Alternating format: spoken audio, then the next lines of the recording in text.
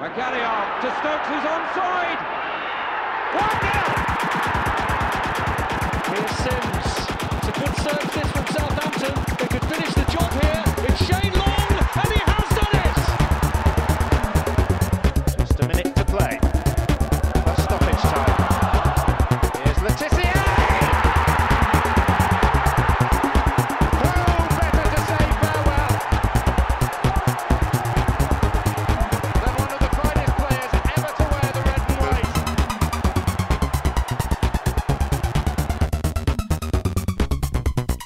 Ladies and gentlemen, boys and girls, welcome to episode 60 of the Saints FC podcast. A little bit of a milestone there.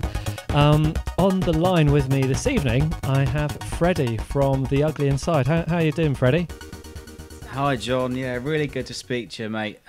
Just had a couple of days off to, cleanse the system before we get going against Saints in the next, 3 games in the next 7 days. Once again, crazy sort of period of the season again, isn't it, mate? It is, and it's kind of, you almost have to turn on the Saints then turn it off again. So what have you been getting up to in your time off from the Saints? Have you been up to anything nice? Have you watched any other football?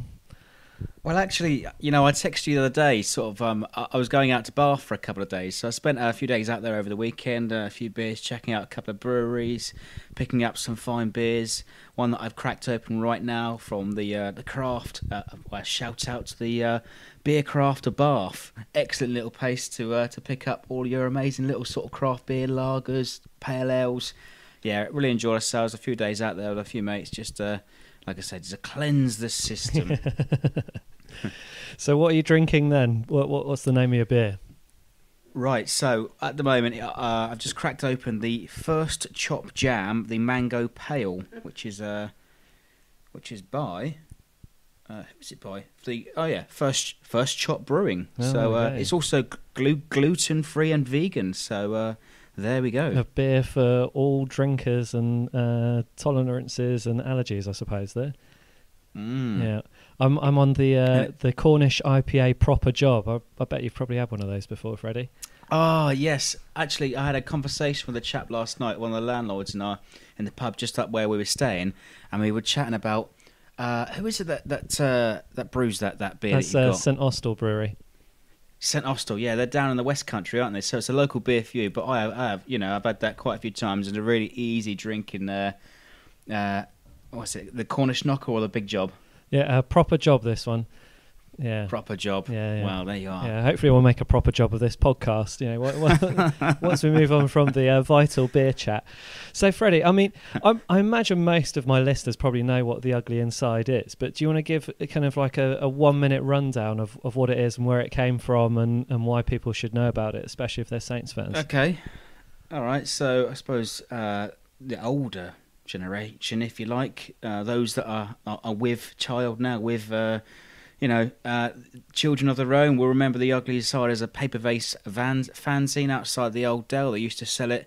Clive used to staple it together with his own fingers in his own living room for the first few years. Got his mum involved to staple it together, and Nick and Clive and a few other people sort of used to flog it outside a couple of local bars, the pubs, outside the old Dell, and then sort of as the years go on, it's been online since the year 2000 on theuglyInside.net on the Fans Network, which Nick sort of writes most of the articles for there. There's the online forum where people can get involved, have a chat about all things Saints, and perhaps things off the pitch and off the field sort of things. So, and we're also the YouTube channel since a few years now. 3 years we've been on YouTube, so we're doing pretty well, and we're just shy of a milestone of our own. Nearly 2 million views in 3 years. So oh my word! Modest. Freddie, that is outrageous statistics. But we're keeping it up, and we're also, we host your pod over there, on sort of sometimes in video form when we can figure out the technologies.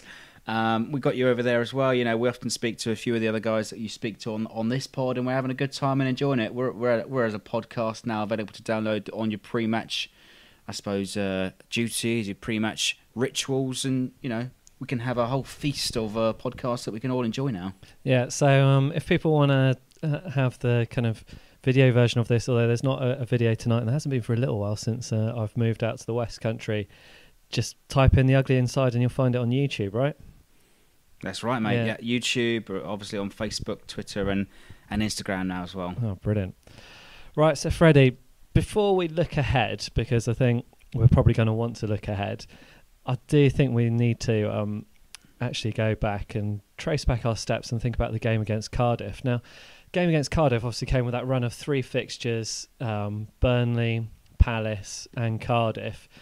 3 teams all around us in the league. And when I was discussing this with Tom and with William, we were thinking, 5 points would be a good return from these games. And, after the draw against Burnley, after the draw against Palace, looked like we're still on for getting that. And I think most of us probably expected us to beat Cardiff at home. But then, Cardiff have found I suppose a new purpose, haven't they, after their record signing Salah, so tragically died in that air disaster. And they've kind of managed to, I think, kind of use the spirit and the togetherness that they're feeling in their collective mourning and actually look like they're turning their season around a bit, which is bad news for the Saints. And it's probably a pretty bad time to play them as well. Yeah, so I suppose it is fair to say, Cardiff had an extra bit of fight about them in the dressing room. Obviously, under the circumstances, it was confirmed, wasn't it, of that weekend? So they were always going to come down and sort of play for Salah, put in a great performance, and Julie, they did. They did exactly what they do almost every away game. Neil Warnock sets his team up to be, hugely compact, tight at the back, and it was impossible for Shane Long to get in behind. And Shane Long starting up top, and I spoke to Ben on the Total Saints podcast as well. And in my defence, perhaps you tried it a couple of weeks ago as well in defence of Shane Long, but I was like trying to flog a dead horse, in the pub before the match. But Cardiff, fair play to them. I suppose they leapfrogged us in the meantime, didn't they? But I suppose the only consolation that we've got right now is it's only 1 point from, I suppose, us in 18th, and 3 points to sort of Crystal Palace and Brighton in 13th, 14th. So it's still anybody's game. There's still a lot of games to play, and it's not a disaster despite all the the outrageous sort of comments, meltdowns on Twitter and Facebook. I'm not subscribing to that at all. We've still got at least sort of 10 games or more to play, and still a lot of points to be won. Yeah, I mean, one of the things that you do, Freddie, with The Ugly Inside is go and do the kind of like fan cam after the games. I imagine it was pretty febrile after that game. I mean, what were people thinking about that game? Were they disappointed with the performance, or was it just the result? I think a combination of both, mate. And actually, to be fair, some of the regulars that I speak to, they were actually relatively calm in the circumstances.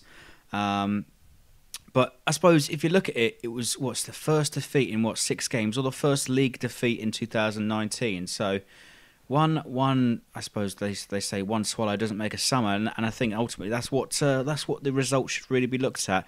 Obviously a huge disappointment against Cardiff. We obviously were favourites before the match, but we've got to brush ourselves off. I know it's cliche to say, but we go again, I suppose, next week. And I suppose not quite everybody, and I think it's only a small percentage of people are actually going into meltdown over the result. Yeah, I know a lot of our listeners don't manage to get to the games because they might be abroad, they might be far away from the ground, or have other commitments. Obviously, you managed to get to the game against Cardiff, Freddie. I mean, if we're trying to find positives, or perhaps you can kind of give us a fuller picture, because when I watched the highlights on Match of the Day myself, and when I watched the highlights on the Saints website, it looked like we were all over them. There seemed to be bucket loads of Saints chances, some pretty good chances as well that we missed. And Valerie was getting forward well. There were some positives to take out of it, or did it just not feel like that in the ground?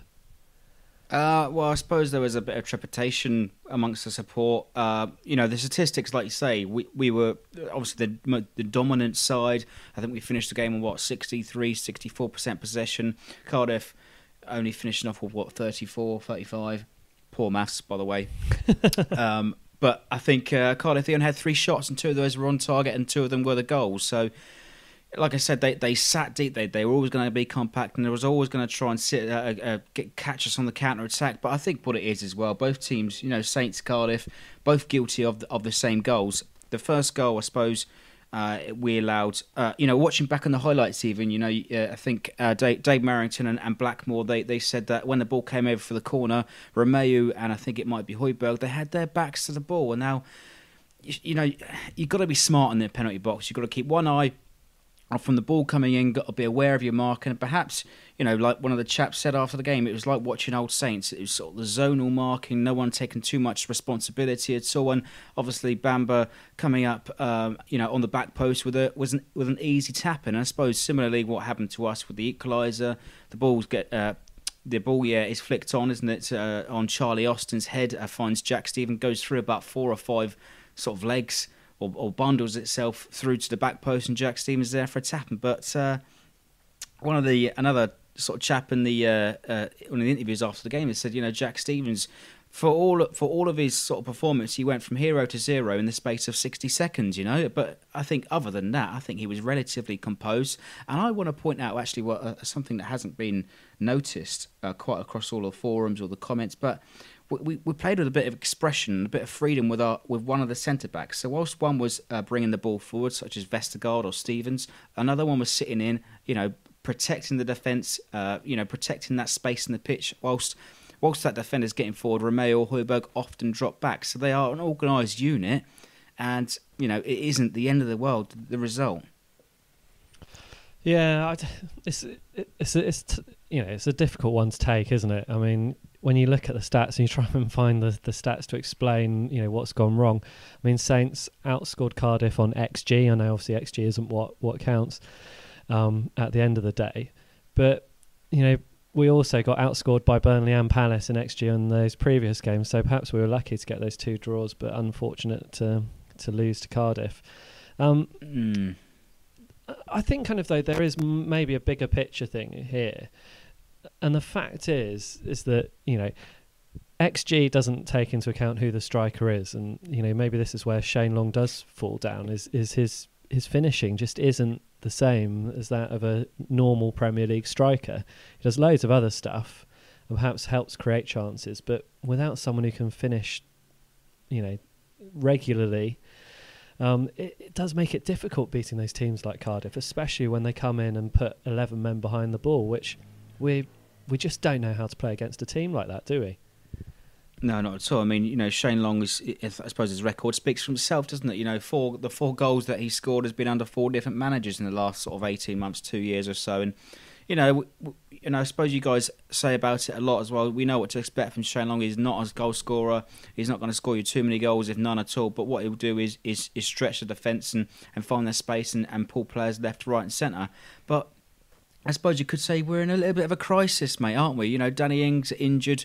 I suppose once again, it's always going to be a given that it's always going to happen sometimes this season. Obviously question marks over the deal, whether money will be off that obligation in the summer because of the lack of appearances and lack of goals, I suppose. And Charlie Austin, obviously unfavoured, perhaps might have been off in the January window, but eventually stayed, played a little part in the assists in the Cardiff game. And Michael Obafemi hasn't been anywhere to be seen. But having said that, we've had Nathan Redmond scoring most of our goals in the last few weeks, whilst Danny Ings has been in and out of the squad. Shane Long hasn't been scoring, and whilst our Charlie Austin's been unfavoured. So Nathan Redmond's been a step above, a class above everybody else, and providing us with some amazing goals as it is. Yeah, it's always a bit of a risk when you're relying on amazing goals from a midfielder who, he goes on hot and cold streaks, doesn't he? Redmond with his goal scoring. I thought the Jack Stevens header was great. The finish at the back post, I thought Valerie got forward well. I've had an email from Graham Frampton. He's a Saints fan, and he really wants to kind of like look at the blame of the losing goal against Cardiff. He has mistake 1. Jack Stevens has loads of time to hoof it upfield or kick the ball into touch. Instead, he tries to find a Saints player, gave it away to opponents. Was Jack too confident at this point after scoring the equaliser? And also, was he too casual with the pass? I think so, yeah, absolutely. I think, I suppose he lost his composure, didn't he? in that dying moments of the game, you want somebody just hoof it upfield. And I suppose we saw a prime example of that at Ryan Bertrand last season at Everton. We should be learning from our mistakes here. Jack Stephens should be getting as far down the pitch as possible, trying to find that space for Shane Long to run onto. I think it might have been off the pitch at that point, but even so, somebody like Nathan Redmond, somebody to chase a lost cause, put Cardiff under pressure and put them and make us in the ascendancy in the last few minutes. So I think what it was desperate defending, really. We had so many chances, like say half a dozen, to get the ball away, and in the end it's a scuffed shot, a lucky daisy cutter that rolls across the far post, and I suppose Alex McCarthy looks like he's got lead in his boots over the last couple of weeks. Yeah, I don't know what our goalkeeping coaches do. Maybe we need to have a word with Kelvin Davis, although I think he's assistant manager rather than goalkeeping coach. But similar stuff that happened to Fraser Forster, and also Alex McCarthy's not been great at dealing with crosses either, and that seems to be where we're conceding our goals from. One of the people that's been getting us out of trouble a lot has been Bednarek, but his headed clearance also went awry here. Graham Frampton reckoned that was the kind of second big mistake, suggesting that he could have either headed out for a corner or taken the ball in chest and cleared it. I don't know about Bednarek's header. I think he was trying to get it out of the box, get it out of the way. There was a few moments to regroup, but the pinball that followed didn't favour us. No, not at all. I suppose Bednarek, it has been a shining light under Ralph Hasenhüttl, and the coach has come out and said, he's probably going to be one of the star men to actually help us stay up this season. And I suppose faith has been put into Bednarek, but perhaps his only sort of mistake you've seen whilst Ralph has been in charge since December. And again, goes back to the comment about lack of composure about Jack Stephens. We're scrambling, we're desperate to get the ball away, and in that, I suppose, we lose our heads, we lose our concentration. And Cardiff, I suppose, like they go back to right to the top of the point, they didn't know how to die. I suppose that they had an extra bit of fighting spirit about them, and they chased the ball so high up that pitch. I think they had about six guys up in the penalty box chasing that ball in the final few moments, and I suppose you could say they deserved it. They didn't let go at all, did they? No. Graham adds that he reckons that Saints are still confident. He's still confident that they'll stay up, saying that he's ever the optimist. So I think we'll stay up as well, and I hope you're right, Graham, and I hope we're right on that. I think, should we move on from the defeat against Cardiff? I think we've probably already given it too much airtime. So as a result of this, Hasenhüttl then takes the players away on warm weather training to Tenerife. Sounds rather lovely. I almost wonder if they had this planned and it was going to be a bit of a reward. Well done, you're now 3 points away from the relegation zone. You've beaten Cardiff. And in actual fact, it was a bit more of a kind of soul-searching, trying to build up the players' confidence again. What have you made of the trip from Tenerife? And can we expect improvements from Saints after it? Well, from what I've taken from the reports, Ralph has been, doubled the intensity for every single player, and it's been widely reported that he's sat each player down once again, 15 minutes between them. An individual, I suppose, training regime. He's got the notice boards out, the formations, the tactics on the training field. And I suppose what you can take from that is attention to detail. So he wants to get rid of these mistakes, and we have full faith in the process that he's doing, and full faith in the way that he's doing it. It's not going to be easy. Of course, it's going to be difficult now to the end of the season, and I suppose we're sitting on 24 points now, aren't we? And I suppose you could say maybe 36, 37 might keep us up, but it's a long way to go. And I suppose the players will be raring to go. We've got a couple of players back now from injury. Obviously, Obafemi went away with the squad to Tenerife. The questions were asked about his professionalism off the pitch, but he seems like he's stepping out once again. But we're still missing a couple of key personnel, I suppose you could say, in Mario Lemina, who didn't travel with the squad. And I believe Ryan Bertrand didn't travel either. So we'll see what happens with that one. Another rumour that I've heard on a player that didn't travel with the squad is Charlie Austin. Is that true? Do we know that? Well, I suppose you could say, we're only speculating here, but maybe his reputation precedes him.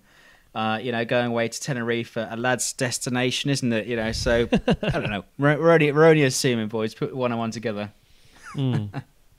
So, the thing that I've taken from the whole Tenerife thing and these, videos that and one-to-one sessions that Ralph Hasenhüttl has prepared is I wonder if this, for Ralph, is his opportunity to do what he would have wanted to do in pre-season training. You know, had he got the job in the summer and had we replaced Hughes a little bit earlier, I think perhaps this might be the sort of thing that he'd be trying to instill. And I wonder if the next question we need to look at is, are we going to see a different style? Has Ralph literally been just trying to kind of plaster up the Saints, you know, bruised and battered body, and now this is actually him going to be trying to form a team to play in a way that he wants them to play? Because we've seen a bit of pressing, perhaps maybe more in the early games than we have in the more recent ones, where I think he's been a little bit more pragmatic and working with what he's got. So do you think we're going to see a shift in the way Saints are playing? I hope so, Matt. I think, you know, obviously we striked fear, I suppose, into the Arsenal hearts, and obviously Arsenal coming up at the weekend, and we put them under so much pressure and got that amazing win back in December.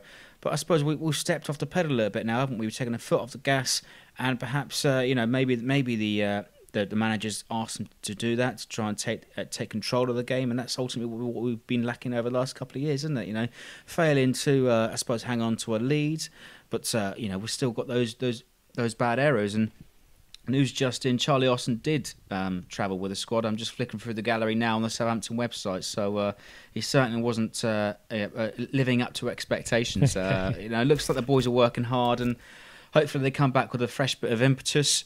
Again, with Arsenal coming up at the weekend, hopefully we can we can turn them over once again and really, I suppose, kickstart our final push to the end of the season. So, do you know the quite amazing stat about Charlie Austin and our next opponents? No, enlighten me. Charlie Austin has scored against Arsenal every single time he's played against them. Is that true? It is true. All right. Well, it can only continue then, can't it, at the weekend? Yeah, it's funny because I heard that question in a quiz, and I wondered if it might have been Shane Long. But no, it's Charlie Austin scored in every game he's played against Arsenal. Shane Long tends to do quite well against Arsenal as well. And I don't think Arsenal like teams that put them under a lot of pressure. And, you know, perhaps if we are going to be going to a more pressing style after the Tenerife break, you know, having instilled a bit more fitness into the players, could this almost be our best opportunity to get 3 points in the next 3 games? So, I mean, having said that as well, you know, Arsenal have got a small case of a Thursday night Europa League fixture to play. If they don't get through, that could be their biggest, I suppose, their worst defeat in I suppose, a generation, going out to, I suppose, what they report is Belarusian farmers, right? Yeah. So, well, I mean, they are the 17 times Belarusian champions, but yeah, I mean, how much weight you can give to that? But, you know, should they go out on Thursday night, they'll be hurting, and I suppose it could go one or two ways. You know, that they could kick on and get a reaction from there. They'll be missing Lacazette on Thursday. He'll be back for sure on Sunday. We've got to do our own thing. I'm sure Hasenhüttl's been religiously watching the Arsenal videos, how they play, their style of play, and I suppose Unai Emery's been a bit inconsistent, hasn't he? Because, you know, obviously losing to us. I suppose ending that 22-game unbeaten run back in December, and they've not really had a consistent run of form. They're winning a couple, then losing a couple, so they are there for the taking. And I suppose if they do lose on Thursday, if buts and maybes, they could be a wounded animal. And I do hope sincerely that the 3 points are ours, and we start to build that space, create the space from the drop zone, and really start putting Arsenal under pressure. Because if they don't, they've got a couple more extra tough ties coming up, haven't they? Trying to qualify for the Champions League. Yeah, I almost wonder if actually the Europa League is probably their best opportunity for qualifying for the Champions League at the moment, with Manchester United's resurgence. You know, perhaps what we should be hoping for is a game that runs deep into extra time, and you know that it takes a lot out of the players, and then if we run them ragged on Sunday, hopefully that will give us the opportunity, and get Charlie Austin the pitch. If he loves scoring against Arsenal, let's get him on there and get him doing that. I mean, here's the argument as well, though. Obviously, Arsenal, we're underdogs going to the Emirates at the weekend, but we've got a small matter of Fulham on Wednesday night. You know, that is another huge game And I hate to say it, but it is must win. It's a 6-pointer. If we can't beat Fulham at home, who are has the worst defensive record in the entire league, then questions should be asked. There's also a statistic. Fulham have the worst defensive record this season in terms of clean sheets. Who has the second worst in clean sheets? Oh, it's got to be us, hasn't it? No, it's Arsenal. Oh, really? Wow. So there's a statistic for you. Yeah. So goals. We should be saying, but we know how Saints do like to break a record. So perhaps we'll be helping those two out. But I certainly hope not. It'd be nice to keep those records going and prevent a few clean sheets for Fulham and for Arsenal. Whilst we're talking about the Arsenal game, Freddie, do you want to give us your favourite memory of going to the Emirates and watching the Saints? Crikey. Well, I suppose you could say in recent memory, winning there in the cup on the way to the cup final with was it Geordie Classy and Ryan Bertrand? That's recent memory a couple of years ago under Claude Puel. But I suppose the best memory you could say again only a few years ago on Boxing Day, ruining in their Christmas at St Mary's with the Cuco Martina, absolute worldie. Actually, I think I spoke on Twitter before the game. Why is Cuco Martina in the team? He's not even Premier League quality, and my God, did he make me eat my words that evening? Yeah, it's funny as well because I think did Mane make his debut for Saints against Arsenal as well, perhaps at the Emirates? So I don't know if my memory's serving me correctly there, but I think it might be in the same season that Graziano Pellè signed, wasn't it? Yeah. But I mean, certainly there's been some great goals we've scored against Arsenal. I mean, that Cuco Martina one was great, but the one you mentioned earlier as well, the Nathaniel Clyne rocket. Yes. When it just seemed that like whatever happened, our right backs would hit thunder bastards against Arsenal. Is this? I mean, you could also point out the heroic efforts of Fraser Forster. That one was it a Saturday evening, Tuesday night, 10 saves in that game. Looked like the wall that I suppose that kick-started his little run in clean sheets. I think after that match he had 5 extra clean sheets and really looked like he was England's number one. Yeah, I mean that game was absolutely astonishing. I remember Alexis Sanchez kind of just standing there staring at the goal and totally just confused as to why the net hadn't bulged. So, I mean, good luck to the Saints fans who are heading to the Emirates this weekend. I don't want to say that I'm confident because I think Arsenal do much better at home than they do away, but Saints do better away than we do at home, or it certainly feels like that at the moment. I wouldn't be surprised if we get something from this game. I hope so. I think it's not beyond the realms of saying that a point is achievable, and there's also, like you just say, there's less pressure on the boys away from home. Obviously we haven't got too much of a good record at home recently, and we seem to be picking up more points on the road this season, last season, the year before that. So there's certainly less pressure, and the fans are right behind the boys away from home, always loud, proud, singing every song. Whereas I suppose we're a bit flat at home. So keep the boys going, be loud, be proud, and hopefully we can take something from the Emirates for the weekend. Yeah, and then the next up we do have Fulham. So we've mentioned a couple of stats about them already. I mean, one of the things that Claudio Ranieri is normally very good at as a manager is getting the defence sorted. You'll probably remember when Leicester City were going on their run. At the start of the season, despite the fact they were winning loads, they were still conceding goals, and he had this kind of offer of a pizza party as soon as they kept a clean sheet. Doesn't look like he's had to give out too many pizzas at Fulham yet. But, I mean, do we think we're going to see an improved Fulham from the last one that we played and lost to?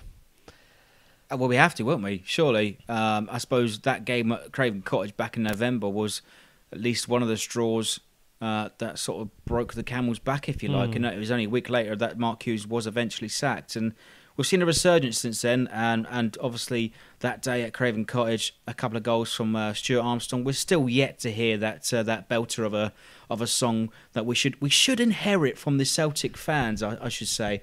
But that day, let down by maybe a mistake from Wesley Hoot, again a given, always to be expected. But we should have enough about us to take 3 points on Wednesday. And having you said the statistics about Ranieri's defence. He is absolutely nuts when they go forward. So they will be creating the space, and we should have at least Shane Long and Nathan Redmond to have that space to run into. And it is, I think Fulham have the worst defensive. I suppose they've conceded the most goals this season. So there's certainly space to exploit. Yeah. So I've totally lost my trail of thought there. I was going to ask you. So who do you think we should be betting on them for the first goal against Fulham? Are we going to see Charlie Austin making a comeback, perhaps after getting yet another goal against Arsenal? Stuart Armstrong going to find his form again? Which players are going to profit from Fulham's kind of defensive frailties? I think the obvious choice has got to be Nathan Redmond, hasn't it? You know, always good for a goal. I suppose recently got some tricks up his sleeves, but who wouldn't put it past James Ward-Prowse again to retain his place and score a belter? But I tell you, here's my top tip, my prediction. Let's go with somebody a bit left field and say let's get Ryan Bertrand off the mark this season. Get him on the score sheet. You'll get quite good odds on that. Let's go Ryan Bertrand if he starts. Gets forward, overlapping run from Nathan Redmond, slips him through, maybe takes a little deflection. The dubious goal panel will be asking for it, but I think it'll go down to Ryan Bertrand. Why not? Okay. I mean, if I was going to bet on a fullback, I'd be betting on Jan Valery against Arsenal, following in the footsteps of Cuco Martina and Nathaniel Klein, with a Thunder bastard. Absolutely massive home game against Fulham. The only issue obviously there's plenty of issues we could dig up, but Saints have played the promoted teams this season 4 times, and so far we've got 0 points from our efforts. Obviously we can do it against Fulham, but can we do it, Freddie? Can we actually do this against Fulham? Of course we can. Yes, we can. Believe. No, obviously he's been mega disappointing playing those 3 promoted teams this season and not failing to get a point. So this is the best chance we've got.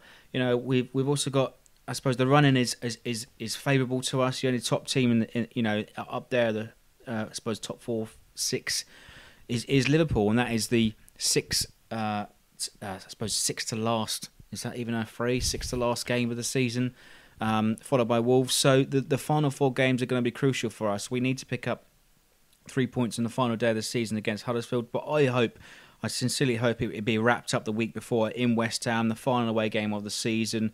But if we get 3 points on Fulham on Wednesday, that gives us a bit of extra spirit about us. It'll bring us up to, I suppose, let's say 30 points, because we're going to take 3 points from Arsenal at the weekend, and 30 points would see us, I suppose, relatively.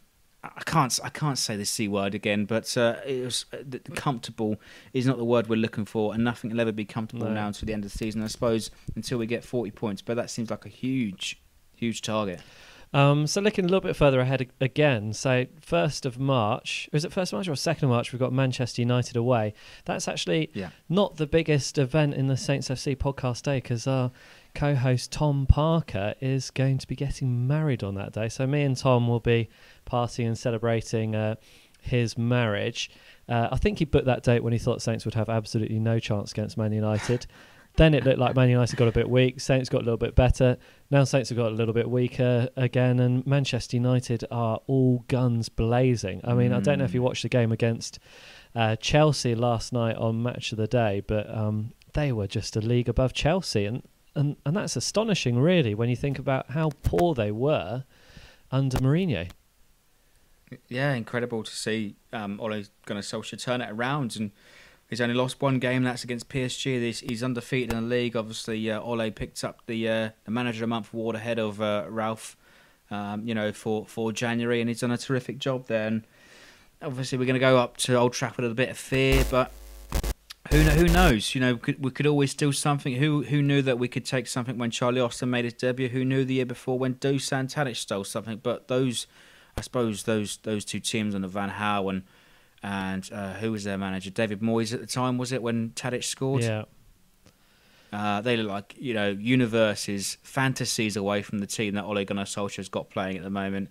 Obviously, Paul Pogba pulling the strings. So let's stick Aurier on Højbjerg, man mark Pogba, and take out his legs and really kind of neutralise that threat. There's the game plan. Yeah, I mean, Pogba just looks absolutely frightening at the moment. I mean, if you're a kind of fan of Pez football from back in the day, we'd say that he was on a massive red arrow. And I'm a little bit scared about that trip to Old Trafford. I wouldn't have been had it fallen a little bit earlier on in the season, which is quite funny. But Solskjaer's going to have to lose in the Premier League at some point, isn't he? Yeah, hopefully it's going to be us as well. But I suppose it's going to be a difficult time because it'll be the third game in 6 days, so perhaps the fitness will be stretched. There will be questions, maybe rotations. We might see a couple at Old Trafford, maybe play a little bit more defensively. Might see an extra holder midfielder. We could even see Lamina maybe back in the matchday squad. So I wouldn't be surprised if we make a couple of rotations. I suppose it's going up with a negative mindset to say that we'll write off Arsenal, we'll write off Manchester United, and I suppose go all guns blazing against Fulham. And I suppose that's what we kind of let ourselves down over Christmas, really, didn't we? We went all for it against West Ham. That obviously backfired, and then we basically played the under-23s against Man City. Yeah, and we actually looked like we were going to get more from the Man City game than we did against West Ham. Let's put you in Ralph Hasenhüttl's shoes here then. You've got 3 games in the space of a week. You've got Arsenal away. You've got Fulham at home, who obviously relegation rivals, and then you've got Manchester United away. Now, how are you going to get the best out of the squad? Are you going to be rotating? And if you are, what sort of rotations are we looking at? Difficult question, mate. I think we may see a couple of rotations in fullback. I wouldn't even be surprised if maybe Ramsey makes an appearance maybe at the Emirates. It all depends on who's impressed the manager over in Tenerife. And obviously we've got an extra day to train and prepare over Arsenal with them playing Europa League on Thursday night. So we'll be training and preparing all the way up until sort of Saturday afternoon, if you like. And I think we'll see a couple of rotations in fullback. We may see Marty Targett replaced for Ryan Bertrand, or the other way around. I think we may also see a selection and a return for Mayo Yoshida as well, coming back from the Asian Cup. And I wouldn't be surprised. Let's see if we will see Stuart Armstrong. I think a little disappointed not to see him against Cardiff. I suppose we missed that attacking threat going forward. He offers a little bit different to some of the other options, and obviously scored a few goals earlier on this season. He's not really had too much of I suppose, an opinion or too much of a selection under Ralph recently. So it'd be good to see Stuart Armstrong back and make a difference. Yeah, I mean, I wonder with this one. I think with the Arsenal game, I'd almost focus on the pacey players and the players that can run them ragged, thinking about their midweek appointment with Bata Borisov, and maybe actually Shane Long would be a good option against Arsenal, and then with Charlie Austin as well coming in with that record. Because I think Fulham are going to be easier to break down, essentially. So why not use a bit of pace against Arsenal, really do the pressing, and then with Fulham perhaps we can have a slightly different approach and maybe a slightly calmer and more controlled approach to the game. So I think it is fair to say that Arsenal's back line has been ravaged by injuries this season. It looks like they have another doubt with Socrates at the back. Obviously, Koscielny made a return against us back in December, who basically hasn't missed a game since then. Lichtsteiner, who is 34, I believe, on the right-hand side, you've got Monreal into his 30s. So, definitely lacking some pace, and we should stick Shane Long, and I would go with Shane Long to start with Nathan Redmond and exploit that space. Ask him all sorts of questions, and who knows, we could even see another novelty Shane Long goal at the Emirates this season. I mean, that would be great, wouldn't it? So, Freddie, I mean, you mentioned him earlier. I've had a listener email come in, and I've got to say, we've had a little bit of criticism, and it's not just the Saints FC podcast. I'm afraid the Ugly Inside are in for it too. So, here we go. In all of the current season analysis, the Echo, Total Saints podcast, Ugly Inside, and here being the Saints FC podcast, There is much talk of not replacing Gabbiadini, as well as not signing a higher quality centre-back. Certainly we're exposed in these areas, but we have yet to discuss the absolute game-changing ability we lost with Dusan leaving for Ajax. How quickly we may have forget how much he contributed to our survival last year. Despite having a number of invisible games while a Saint, he delivered leadership, determination and goals when our backs were against it last year. It's naive to think that we can pull off another great escape without a Tadic-like player. Remaining positive as possible, but his poisonous creativity will be sorely missed from now until May. Yeah, Dusan was huge for us, wasn't he, last season, scoring those 2 goals against Bournemouth. I suppose it is fair to say he did go missing. He was a bit of a ghost in some of the games, but I suppose he was a big game player, wasn't he? He turned the heat up against Bournemouth. He played, very well in those preceding games. I suppose succeeding games or preceding around that time of the season. But it's fair to say the same thing about sort of Sadio Mane and Graziano Pelle. People easily forget how bad and how anonymous they were in the season that we, I suppose, qualified in the Europa League. Mane didn't score for about 3 or 4 months. He was basically a fair weather player playing between autumn and spring and summer. Didn't like the winter, but scored 10 goals in the space of like 3 months. But Pelle, again, he had loads of criticism. Scored a couple of amazing goals. Was important for us. That, I suppose, that leadership is ultimately what we've been lacking, and I suppose the manager has been in the press over the last couple of weeks to say that we will see those authoritative, that potential from the current crop of players, and is even outlined as James Ward-Prowse to be that man of difference. And we've seen elements of that from Jan Bednarek, who looks like a step above, another class above.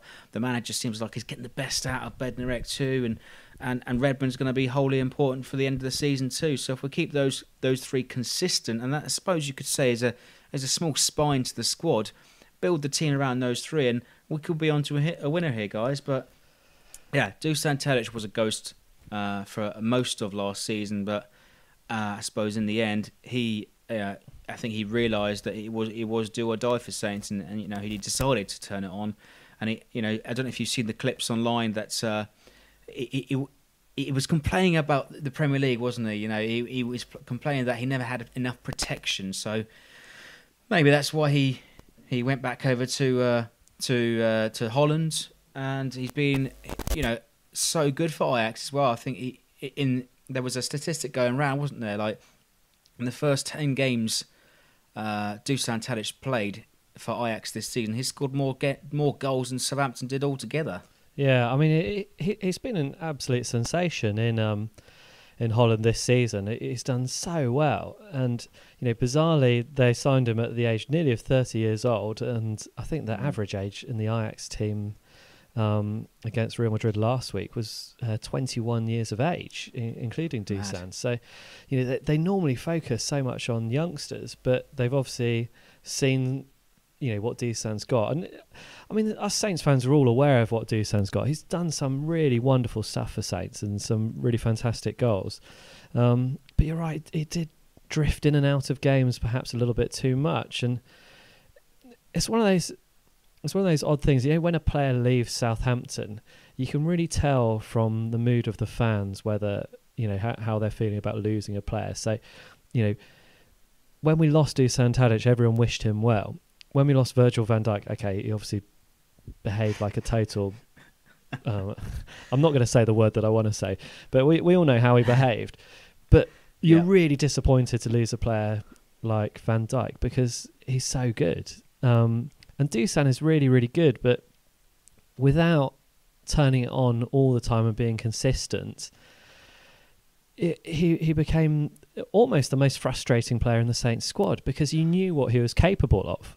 And so when he wasn't doing it, you just wanted to scream at him and be like, Dusan, what are you doing? Wake up. We're in real trouble here. And thankfully he did that towards the end of last season. I do think he was instrumental in keeping us up, along with Swansea's complete and utter collapse towards the end of the season. Yes. But yeah, I mean, I suppose you could say that we relied on 3 worst teams to be in the league, with us, but Dusan Tadic was so important for us, and like you say, so frustrating at times. And he'd have one amazing week, and then just totally anonymous the week after. Consistency I suppose, is a key factor for this season. I suppose keep those three aforementioned players consistent, keep them fit, and I think we'll have at least the impetus or the nucleus of the team to keep us going. Yeah, I wonder though, with those three players, do we have, or in fact any of the players in the squad, do we have a player like Dusan who has that ability and that kind of knack of being able to unlock a defence? So if we take the game against Cardiff, for example, you needed someone to do something a little bit special just to break down that resolution. Someone who, it doesn't matter how many players he's got in front of him, he can still beat them. Which Dusan had. I mean, I hate to agree with that as well. There isn't somebody that can turn the game on the head, such as Dusan Tadic in the current team. I suppose you could say some of our players are feeding off scraps at the moment, a bit lucky, fortunate through bounces, through legs, finding the ball at their feet. But we miss, Dusan Tadic was our Matthew Le Tissier, if you like. The generations that are growing up to watch Saints now, Dusan Tadic is their Matthew Le Tissier. I'm sure we all have wonderful memories of Matt through the 90s, basically keeping us up on his own, and I suppose when he retired in, was it 2002, we lost that heart of the team, didn't we? We lost that sort of fighting spirit, and we haven't seen anybody else like that, I suppose, between the time. It's the only person that is Dusan Tadic, and I think he's had the most amount of assists for a Southampton player since Matthew Le Tissier. Really shows the importance of him in the team over the last sort of, what was he, 4 years he was here, wasn't he? Yeah. I mean, I would probably say if you're looking for someone with that level of quality, and I don't think anyone's actually come close to Le Tissier in terms of quality since he's retired for the Saints, but Adam Lallana was probably the player who I thought maybe could be the Le Tissier, and then obviously he signed for Liverpool. Dusan was Lallana's replacement, and he had a fantastic first season playing alongside Graziano Pella that we quickly forgot about Adam Lallana, really. But I mean, Elyounoussi, I suppose, was he brought in to be Dusan's replacement, or was it maybe Stuart Armstrong, or was Armstrong more of a Stephen Davis replacement? I don't. Well, the popular opinion, I suppose, is Elyounoussi to be the replacement for Dusan Tadic, but we've not even seen a glimmer of that sort of talent in Elyounoussi, in his whole body, than what Dusan Tadic had just a fraction of last season. I suppose you could say Stuart Armstrong is an eventual long-term replacement for Stephen Davis. Very similar types of player, lots of energy, lots of workmanship, professionalism on the field. Elyounoussi has been a total, I suppose, it's been a bit of a flop, hasn't he, really? We've not seen any sort of the potential that he was touted to be. I think I heard a report that he was scouted nearly 30 times before we even sort of, signed him. Elyounoussi is another frustrating player, and he gets a lot of stick. I suppose he's another one of the whipping boys at the moment. If it's not Elyounoussi, it's, but I suppose before he left us in January, it's Wesley Hoot.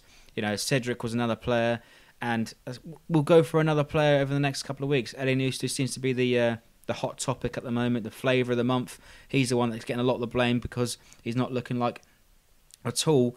He's not at all got the talent to live up to the expectations. Yeah, which is a real shame, because when you watch the YouTube highlight reels, which I think should always be taken with a pinch of salt, he looked great, didn't he? And he got that fantastic goal against Manchester City, I think it was last season in the Champions League. And we just haven't seen that Elyounoussi at all. I mean, he's becoming a real enigma, I think. Yeah, I think he's a bit of a, I suppose you could say, a fable. Comes with this reputation, scouted 30 times, got all this potential playing. I suppose his way up the leagues is a bit admirable, coming up through the lower leagues in the Swiss divisions, coming over from, was he Norway? And he actually played under Ole Gunnar Solskjaer, so perhaps he could even be the, I suppose, your kryptonite when we travel to Old Trafford. Elyounoussi was a young player playing under Solskjaer at Mulder. Yeah. In the early stage of his career, so he could tell us a little bit that maybe the manager can't quite see or research on the video clips.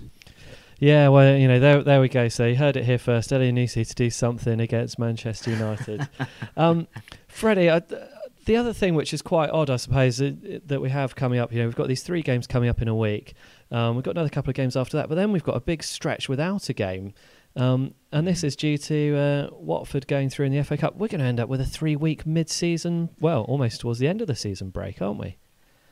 Yeah, I suppose the week that they've just spent in Tenerife, you could say it's Ralph's, I suppose, your pre-season training, really throwing them through the paces, and those 3 weeks, who knows where they're going to go this time? They're going to go to the Isle of Wight, maybe somewhere a little bit more glamorous than Tenerife, who knows? But certainly be a bit cheaper, just jump on the Red Jet, that'd be fun.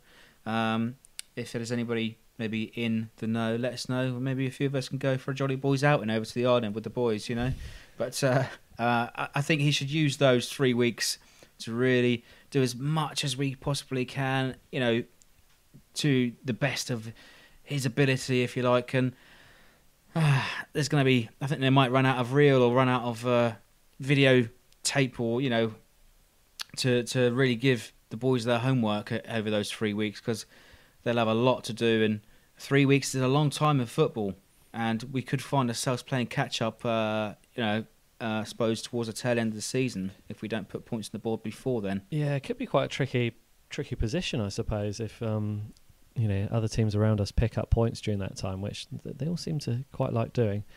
I suppose, again, that really puts the impetus on us to make sure that we make the most of the next few games that we've got coming up. So, Freddie, is there anything else you want to bring to the table in this episode? What I would say, Fulham is I know Ben doesn't like to use it on the other podcast, Adam doesn't like to use it on the other podcast, but Fulham is must win. I'll be, happy with a point at Arsenal. Maybe it's fantasising a little bit to take a point from Manchester United, but I think 4 points from those 3 games is a realistic target. And who we got on the 9th of March is Tottenham as well. So really, three of those 4 fixtures, we're up against it. We'll be the underdogs. I'll be interested to find out maybe a question to do to the listeners. If you get in contact with John on the email. What's the email, John? It's saintsfcpodcast@gmail.com. How many points do you guys think Saints are finishing? I done a little quiz, sort of like a Premier League predictor. I predicted Saints to stay up. Yeah, that's good news. 37 points. Ooh, that's close though, isn't it? That's tight. Yeah. So it'd be interesting to find out the opinion of the listeners. What do you think, John? How many points do you think we'll predict to stay up? Well, I haven't looked at all the fixtures and totted it all up, so it would be a bit of a stab in the dark. But I think kind of the last time I really looked at the fixtures and thought about it, I thought it would be about the 36 point mark. But as well, I have a funny feeling that we might get a little bit more out of the next 4 games than we'd expect, because one thing that was very clear against the game against Cardiff is we do not like playing against teams that put 11 men behind the ball. So you never know, with a bit of a rub of the green going our way, with teams that have their focus on the Champions League and other things, maybe there is a chance that actually we can get a big scalp from Man United, Tottenham and Arsenal. Who knows? I think it would be interesting to see how far we've progressed under Ralph Hasenhüttl, and I think the next few games are, they're going to tell us whether all of that work in Tenerife was worthwhile. But it's very, very difficult to predict. I think that's why we keep on showing up to football games, why we keep on supporting teams, because there is that just complete level of there's certain things which are predictable. Man City will spend millions and millions of pounds, they'll do really, really well, and they'll have a great season. But on the day, you never know what's going to happen. I doubt any Newport County players would have ever thought that they would get a chance to score against Manchester City this season. But, things happen in football. Well, I was gutted from that game, actually, because I had Sané to score first and Man City to win 4-0. So close. Surely you weren't cursing Newport to score a goal against Man City. Oh, yes. Well, it was good fun, though, wasn't it? Yeah. It was a novelty. But, I think it isn't beyond the realms of fantasy to say that we can get a point at Arsenal, and who knows, we can get a point at Old Trafford. Believe in the faith, believe in the system. Let's not go into meltdown mode just yet. I suppose if we do lose to Fulham we'll be under a bit of a shroud, a cloud of darkness, with a couple of really tough games coming up. But it's not over until they say, the fat lady sings. Yeah. Freddie, talking about singing, you mentioned the Stuart Armstrong song earlier in this podcast. How are you feeling? Do you fancy singing us out with that one? How does it go? So, what's it? We sing a song for Stuart Armstrong. He scores belters. I've got the words wrong already. I'm gonna have to do a quick bit of research, but it's something along those lines. It's like Stuart Armstrong. His hair is fine. He scores belters all the time. We'll sing this song for Stuart Armstrong. Oh, there we go. I mean, that's a bit more work, and maybe next time we have you on, Freddie, you'll be able to sing that pitch perfect, and we can get everyone behind that song. Thank you very much for joining us, Freddie. Really, really appreciate it. You coming on to the Saints FC podcast this week. Obviously, if you want to hear more from Freddie, he's got his podcast, the Big Match Preview. Have I got that? Yeah, so, double busy next week with our Arsenal preview out on, it should be Friday. I should be able to speak to Robbie from AFTV. I'll be speaking to Luke Osman from the Reach Southampton Network. And then I will be speaking to our friend Matt for the Fulham preview, as well as speaking to the Fulhamish podcast. So a lot of people to speak to in a short amount of time and get these previews out. So I hope people can ingest on the way to. And of course, there's always the Ugly Inside website and the YouTube channel as well. Thank you very much, listeners, for sticking with us. It's saintsfcpodcast@gmail.com if you'd like us to discuss your thoughts on the next episode. We're also on Twitter @saintsfcpodcast, and of course you can always leave a comment in the YouTube videos as well, and we do occasionally have a little read of those as well. So I've been John, thank you very much, and over to you, Freddie. Do you know what I'll do, John? I'll send you that clip, so maybe you can rip it off the internet and drop in the MP3 from the Celtic fans singing the Stuart Armstrong song. Hopefully we can get it going. Really good to speak to you as always, John, mate. All right, cheerio.